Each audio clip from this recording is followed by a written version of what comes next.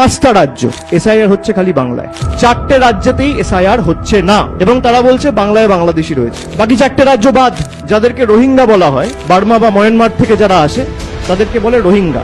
বিজেপির নেতারা বলতো 1 কোটি রোহিঙ্গা রয়েছে নাকি বাংলায়। সেই রোহিঙ্গা যদি প্রবেশ করে দেশে, তাহলে হয় মিজোরাম দিয়ে করবে, নইলে মণিপুর দিয়ে করবে, নইলে নাগাল্যান্ড দিয়ে করবে, না হলে অরুণাচল প্রদেশ দিয়ে করবে। 4টে রাজ্যের মধ্যে একটা রাজ্য এসআইআর হচ্ছে না। আপনি বলছেন বাংলায় অবৈধ নাগরিক রয়েছে, বাংলাদেশি রয়েছে, রোহিঙ্গা রয়েছে। আমি আপনাদের খালি একবার ভারতবর্ষের ম্যাপটা দেখাই। এখানে যে রেড বর্ডারটা রয়েছে এবং সেখানে আপনারা দেখছেন মধ্যখানে হলুদ রঙের যে ম্যাপটা রয়েছে সেটা বাংলাদেশের ম্যাপ।